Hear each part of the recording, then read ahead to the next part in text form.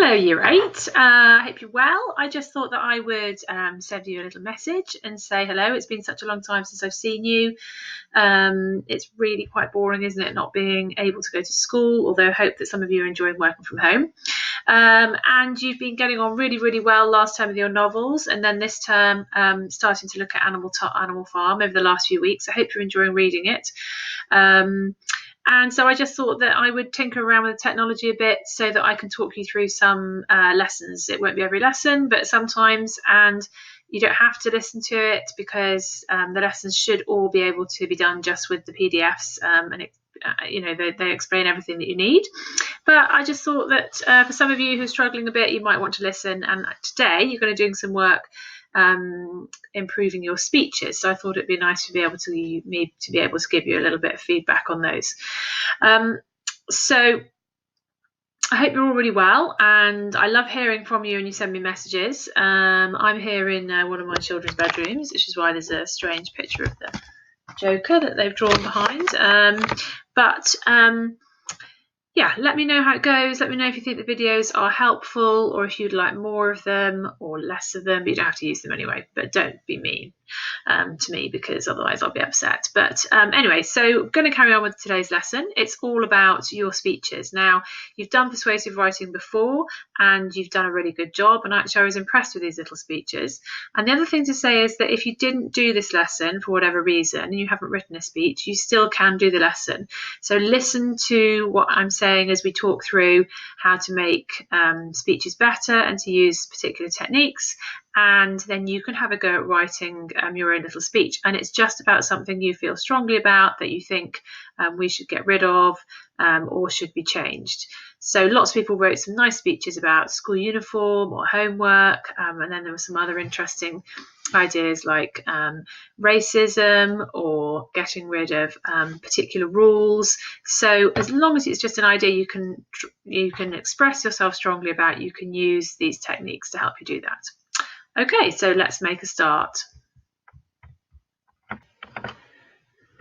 Right, so here we go. I hope these little symbols at the beginning of the Animal Farm PowerPoints are useful to you to tell you what to do. They're always at the beginning.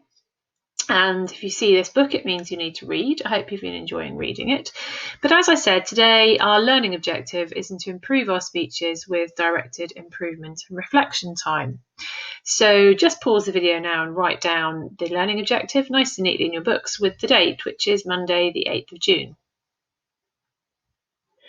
So almost all of the speeches could do with more persuasive devices, and another word for persuasive devices is rhetorical devices.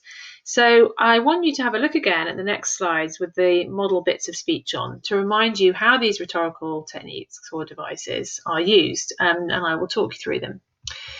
So in the introduction that was given, a quotation was used, a quotation from somebody who's an expert in something. And the topic of this was about reading. And the quotation is from Neil Gaiman. He's a famous author. So the quotation, or the start of the speech, went like this. Neil Gaiman, the famous author, once said that a book is a dream that you hold in your hand. And my biggest worry is that our lives are so busy and there are so many things to distract us that many, many dreams might be lost. So using a quotation from an expert is a really powerful way to add some weight to your argument. And I think a lot of you, I've suggested, could do that. For example, somebody was writing a speech about grassroots football, and you might therefore have a speech from a famous footballer, from a football manager. If you are writing about school uniform, then you might have a head teacher speaking, or somebody who actually works high up in education. And within this bit here where the quotation's been used, notice that there's some repetition as well. So here with many, many, you can sneak other little techniques in as well. In the first paragraph, this is a reminder from what you saw before you wrote your speech. The idea here was to really give an impression that there was a good reason for you giving this speech. And in this example, I was writing as a teacher and explaining about that as a teacher that I faced a daily battle in trying to encourage teenagers to read. So in that paragraph there, I won't read it through all now because you read it when you did your speeches, but remember that some rhetorical techniques were used in there. So there was a little rhetorical question here, okay, do they? There was some really good emotive words, but also used in triples here. A student can become curious, imaginative, and creative. They can become analytical, intelligent, and it fosters their critical thinking skills. So using powerful words is a technique in itself, but if you use them in a triple, even more powerful. And then a rhetorical question at the end. So a couple more techniques that we use there in the initial example. And then finally, there's the last bit where I was trying to be particularly emotive with some more green words here that people lack in confidence, overconfident, lazy, but also the use of repetition here, the repetition of some. So there were three techniques used there. Some of you use those emotive words quite well. But what I would like you to do now is to pause the video. Oh, I've got one more paragraph. Hang on a minute. In a minute then, you're going to pause the video and highlight and label any techniques that you did use. But just let's have a look at the last bit, the conclusion to the speech. And here there were lots of rhetorical questions. There were also imperatives, asking people to do things, calling them to action, and some more repetition. So the first thing I want you to do is go back to your speech, pause the video, read it through, and highlight and label any persuasive techniques that you've used.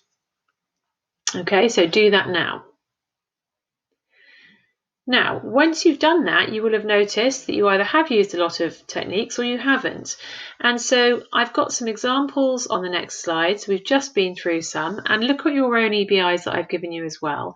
And I want you to try and improve the quality and quantity of the techniques used in your letter.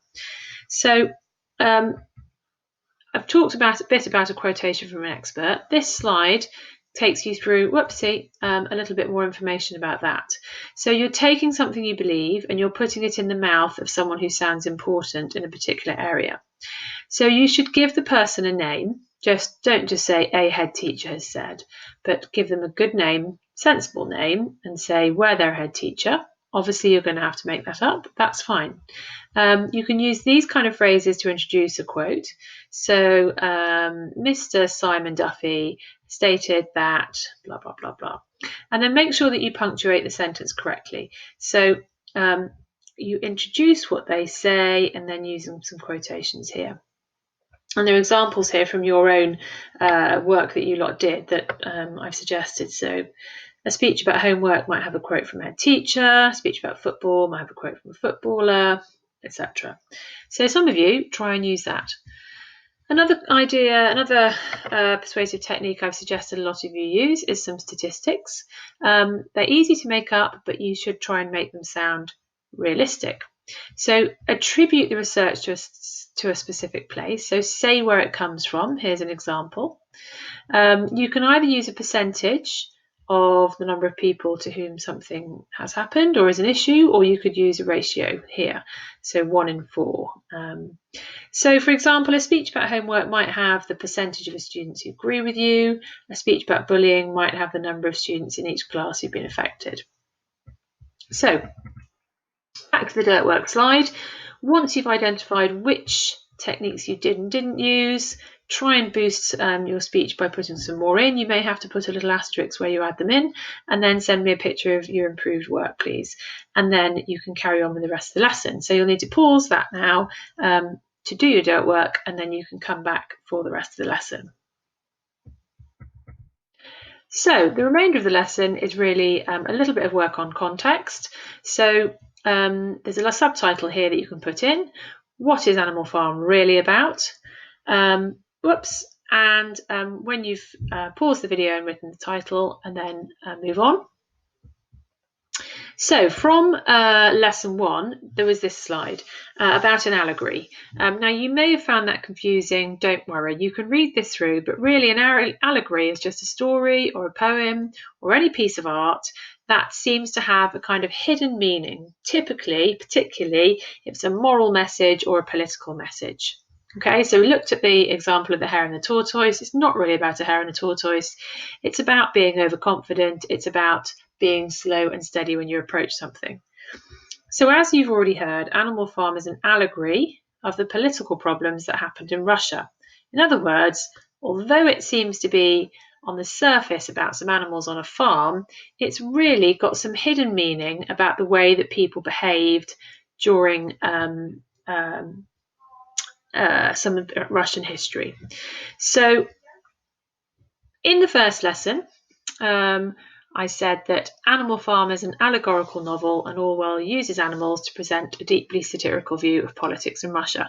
That might seem really confusing. Don't worry. All it's saying is that Animal Farm has a hidden meaning and it's got some hidden messages about the behaviour of some people and politicians in Russia.